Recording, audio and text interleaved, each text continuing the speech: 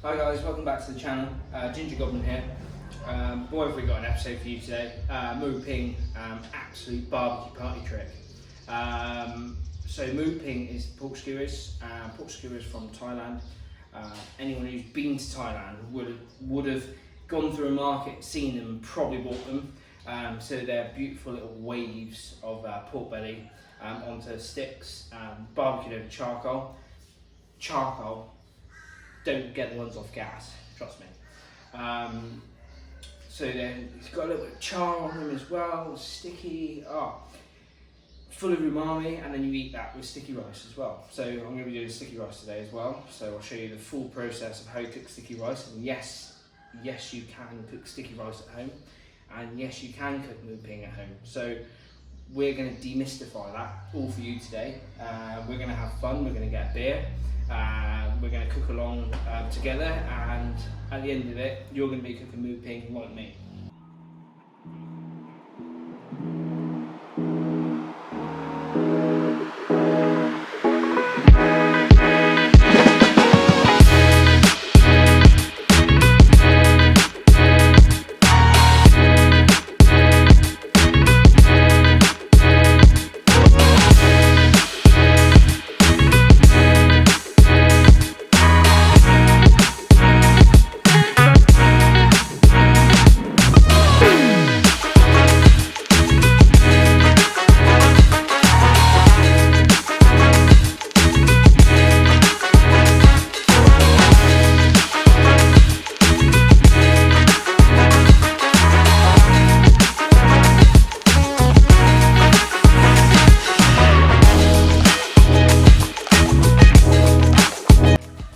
Hi guys, just got some coriander root, vital ingredient for Moo Ping.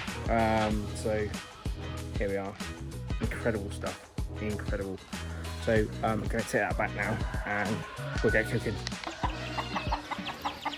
Chickens. Okay guys, so don't let anybody tell you any different. Barbecuing is not barbecuing without smoke or fire. Simple. So let's go to Nadi's house and get some charcoal.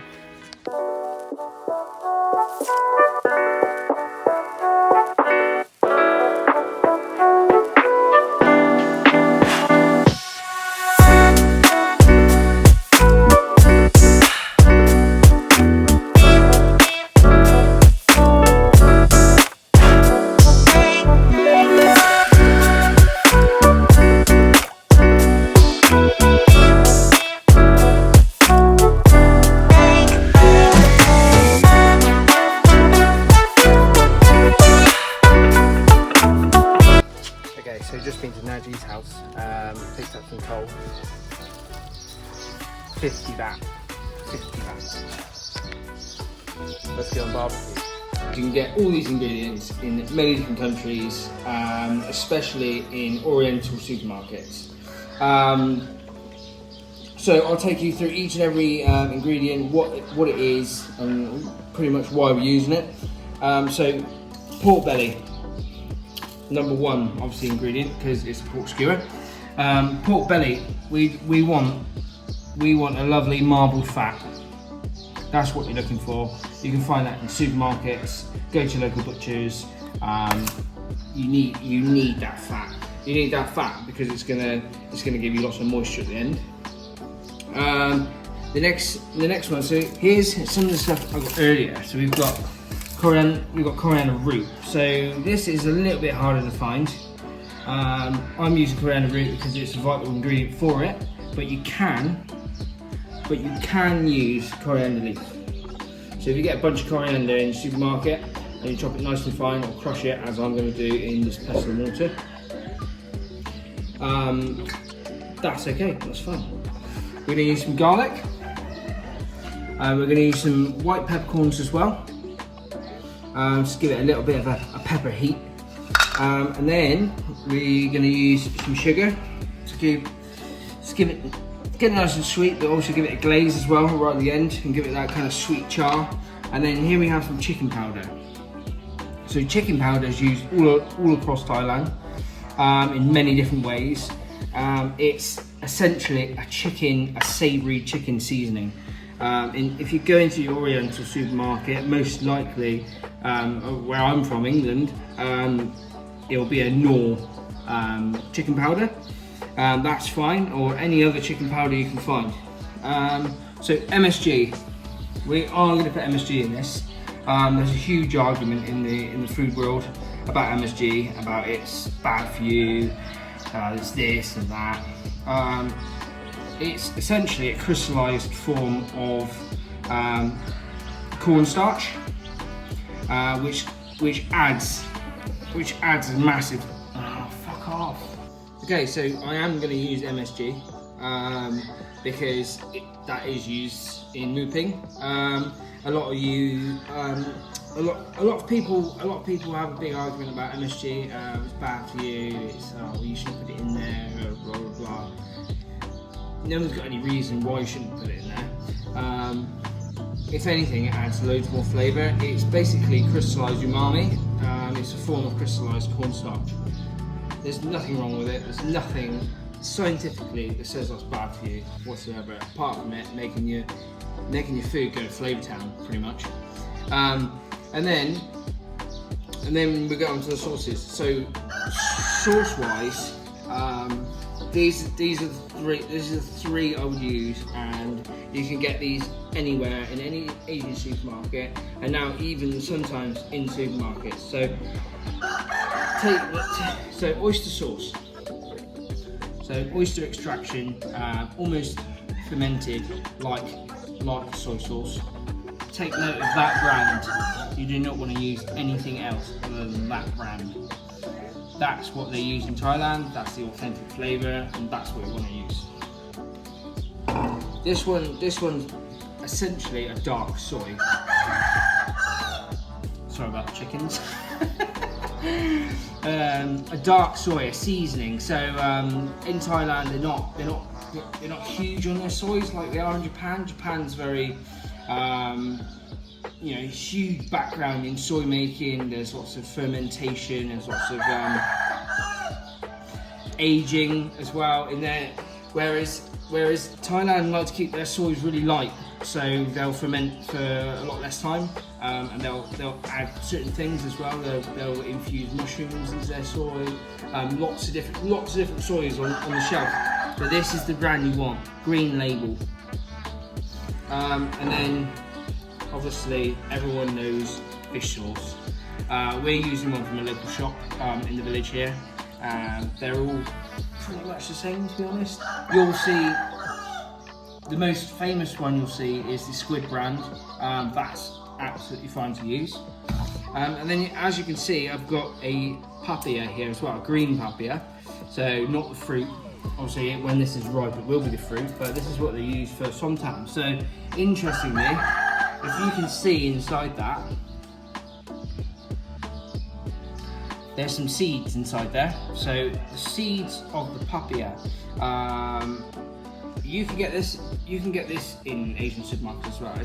It's not vital, but I'm gonna tear open the papaya, and there's the white seeds inside. I'm gonna crush alongside the garlic, the coriander root, and the white pepper to tenderize. There's an enzyme in those seeds that tenderize meat really quickly, the same as koji in Japan.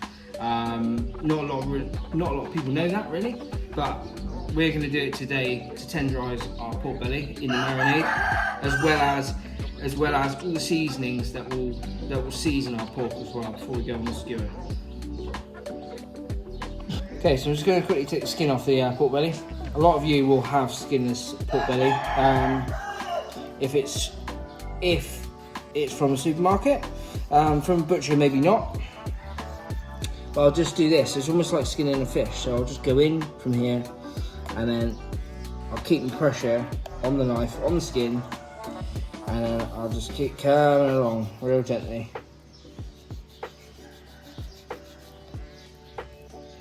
And then just folding it over as I go.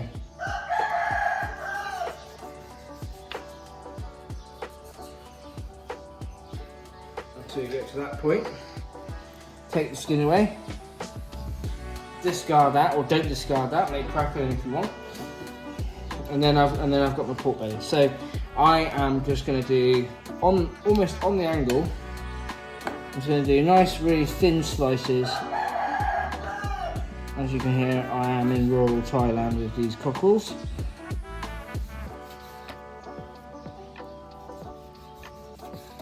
You want really nice thin pieces, almost like a piece of ham on. And we're just going to do this. We're just going to keep slicing this like this until we've got what we need to marinate.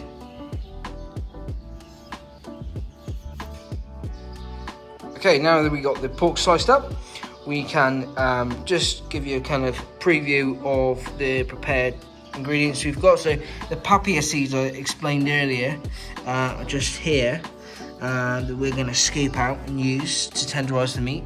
We've got 8 cloves of garlic. We have a tablespoon of white peppercorns. We've got 6 coriander root. The sauces and seasonings we are going to do by spoon measure, as no one in this village, or probably in Thailand, weighs any ingredients. On. Okay, so peppercorns in first. So they're obviously dry and they need pounding down. So in.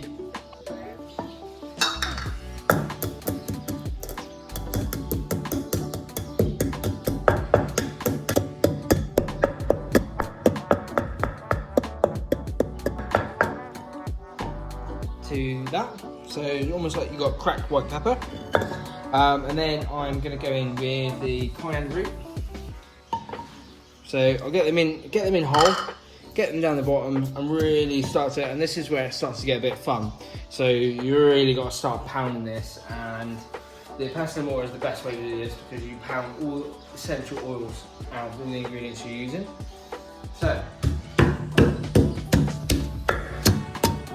make sure you got something soft like a cloth or a chopping board underneath, so you're not assuming any complaints from your neighbours.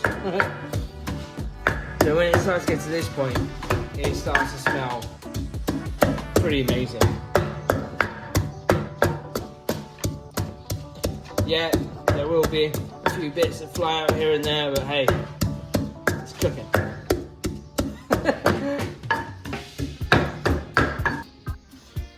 Okay, so next up is garlic.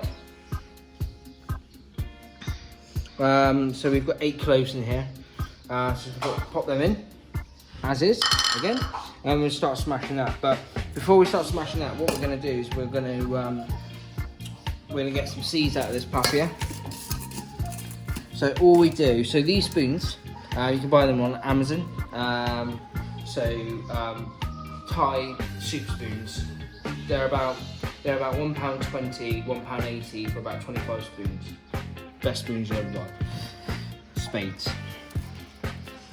So I'm just gonna ease them out. There we go. Then I'm just gonna do the other side.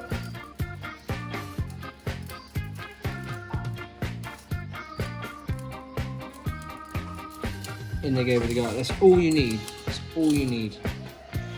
That is a powerful ingredient. So let's smash that. Go.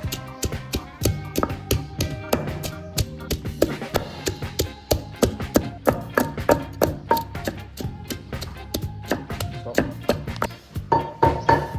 Okay, so now that's pounded. That's how you want it. That doesn't need to be a complete paste, but it just needs to be pounded. So you'll smell all the fragrance coming out of that. So I'm just gonna lift this up, scoop this out, and this is almost like our first stage of marinade. This is all the aromatics.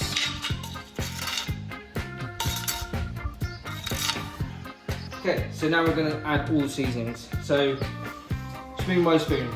So, to this, I've got approximately a kilo of pork here that I've sliced down, and then I've got all my aromatics in here. Well, that was my neighbour rudely interrupting us. So I'm gonna go two spoons. 2 spoons of sugar.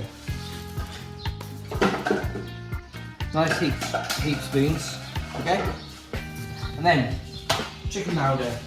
So savoury chicken seasoning. I'm just gonna go in with kind of like the end of the spoon.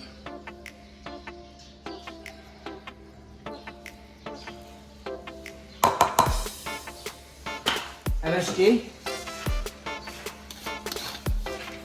Flavour Town powder, again about the end of the spoon.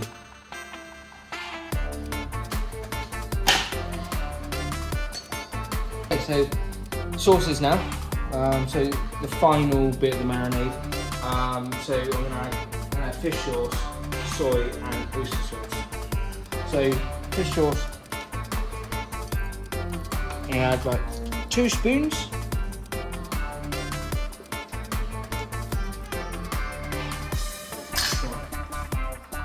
Okay, soy sauce.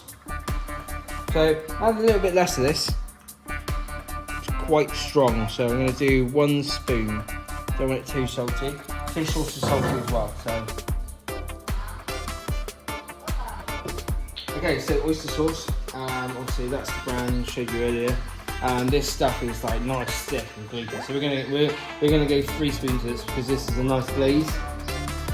As you can see, it's nice and thick. 1.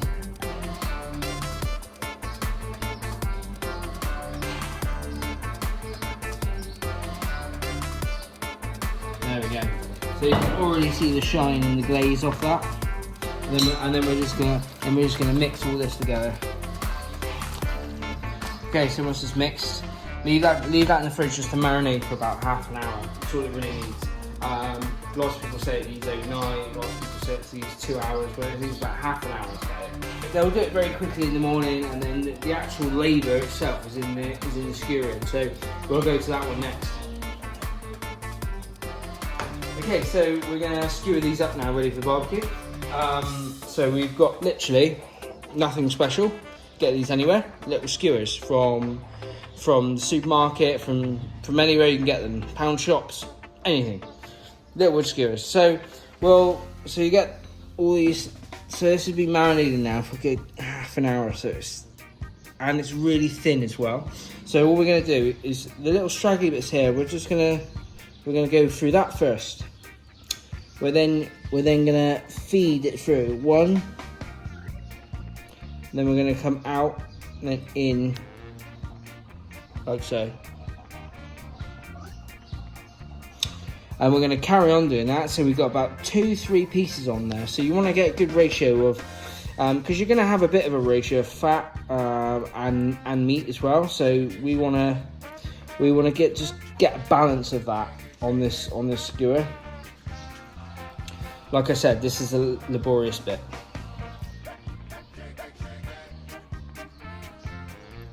So we'll probably do 1 more. So I'll just push that down. You want to be able to kind of pick this up like a lollipop. So you don't want to go any further than that. Okay, so this is a nice bit. So this is just going to chop this off. So in with the corner, as you can see. And then we're going to go in, out, in. So you just want to nick that top bit there. Bang. And then all I'm going to do, for cooking purposes only, is bring this down ever so slightly, almost just squeezing it. So what you get is it slightly spaces out, so you can let the heat go through it all. So there's your skewer. Okay, sticky rice. What is it? Thai glutinous rice. So if you go down any Oriental supermarket rice aisle, you'll see jasmine rice, you'll see Chinese rice, Japanese sushi rice, but you'll also see Thai glutinous rice. So the name's kind of on the tin. It's really glutinous. It's got a really sticky texture to it. So what I've been doing is I've soaked this in lukewarm water for 2 hours, and that's just kind of it's just plumped the grains up. But the main thing with cooking sticky rice is just the equipment. The equipment is the most important part. Once you've got the equipment, it's easier than cooking basmati rice, I promise you that. So this is the Thai steamer in question. You can get these on Amazon, and you can also get them in your Oriental supermarket as well. So what it is it's a wicker basket. It actually looks pretty cool. It's a great thing to have in your kitchen, I'll be honest. A wicker basket that just sits on top, and then you have a pot. So a very simple setup. So I've got water in there. So I've just put that on to boil, and then my wicker basket goes on there, and the rice goes inside. Okay, so the only other thing you need is a muslin cloth. So you can get them from kitchen shops, Hobbycraft, Amazon, anywhere. You just need a nice generous sheet, so we can pop that inside. So I've just dampened this as well, so it's easier to manoeuvre. So I'll pop that over there, and I'll stick it down like that. I'm going to take this basket off. I'm just going to put it in the bowl. This rice here, so we need to get rid of any excess moisture that I've been soaking in. So I'm just going to literally pour this in here. There we go. That's just going to drain away.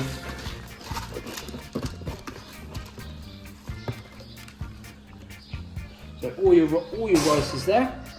It's all draining away. So what I'll do is I'll bring this pot over,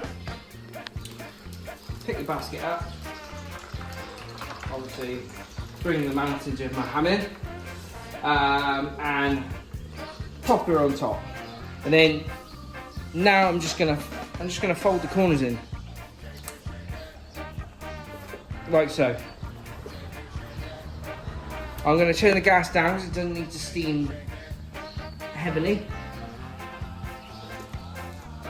And that's it. So there's another couple of stages to this. So as it steams, it obviously starts to cook. It starts to get quite gelatinous. So what we just need to do is fold the rice over, hence why we've got the cloth. So what we'll do, and I'll show you later, is we'll have a system where we just roll the rice in the cloth, and then put it back in. It's like turning your sausages in the oven. That's it.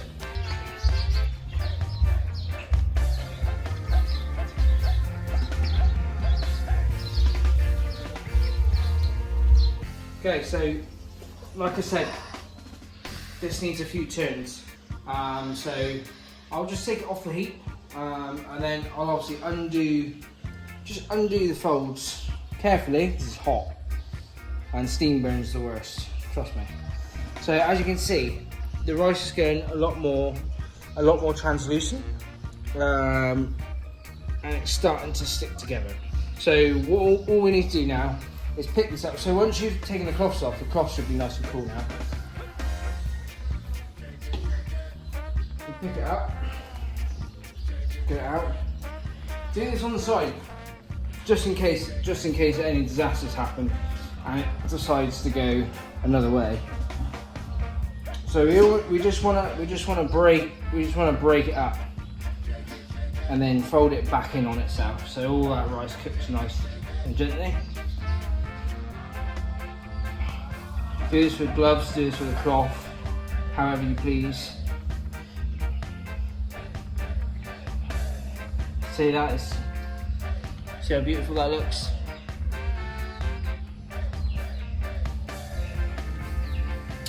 So now we're just gonna roll it back into the centre.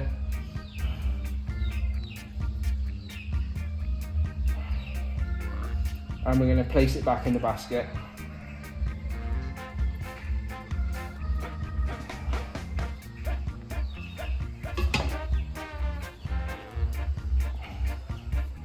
Just pop the top back on, and then we'll just quickly check the water.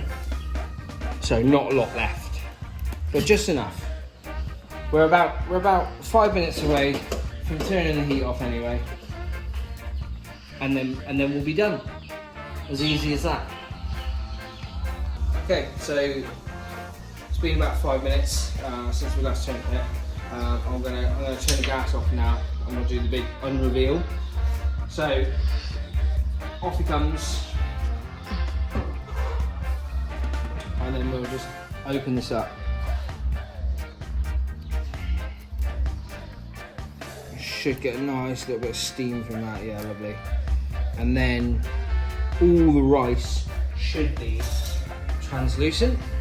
I'm just going to dig a spoon into it, see it's nice and spongy. We'll go all the way through. There we go, and it's all sticking together. So I could literally just grab a bit of that. It's really hot. Ow. Ow. Don't try this at home. And then you get the little balls. Delicious. Okay, so finally we're going to cook the Moo Ping. So here they are in all their glory. So they've just been sat on the skewers, nicely in the fridge, ready to go. You can do this in advance as well. So this is, like I said earlier, this is a barbecue party trick. And also you cook these hot. So these can be the first thing that go out in the barbecue as well. On here, I've got charcoal, so lumpwood charcoal, and I've got various woods as well. So I've got mango, I've got tamarind as well. And both those woods are really hardwood. So anything kind of in England, for example, would be oak, would be apple wood, olive wood, all those kinds of woods. Okay, let's get them on. Okay, so when we put these on, you're going to need to hear this. If you don't hear that, stop. They need to be cooking, you need that factory rendering, and also you need all the sugars as well to be caramelising. That's really important. It's got a balance as well. We want char, but not burn.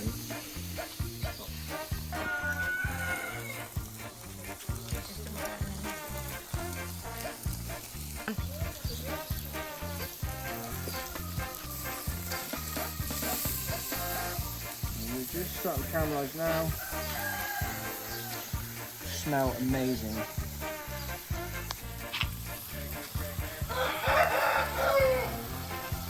Okay, and we're done. It's taken about 4 minutes. The Moo Ping's done. The sticky rice is ready. Let's go and get my sister-in-law to taste it. Let's go.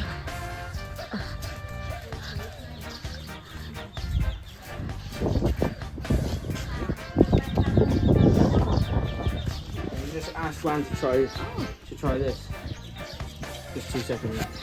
ลองชิมดูสิ อร่อยหรือเปล่า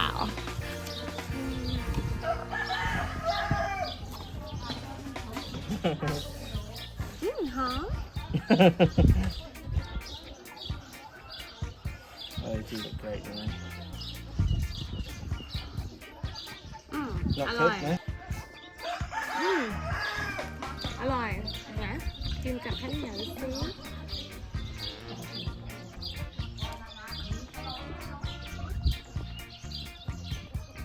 so good อร่อยมาก There you go, there's a local's opinion. Okay guys, that's a wrap from the village of Ban Muang in Jean Prat, Sarin. Moo Ping, I guarantee you that will take you and your friends straight to Flavor Town. Most authentic recipe you'll find, 100%. Please subscribe if you enjoyed the video, and there's loads more coming. We've got pad krapao moo, so stir-fried pork with basil and a crispy fried egg on top. There's canon jeans, so curries, gankia wan. There's all sorts of Thai food coming your way. I'm going to demystify all the recipes for you. Thanks guys. Look happy, Tuak, look happy.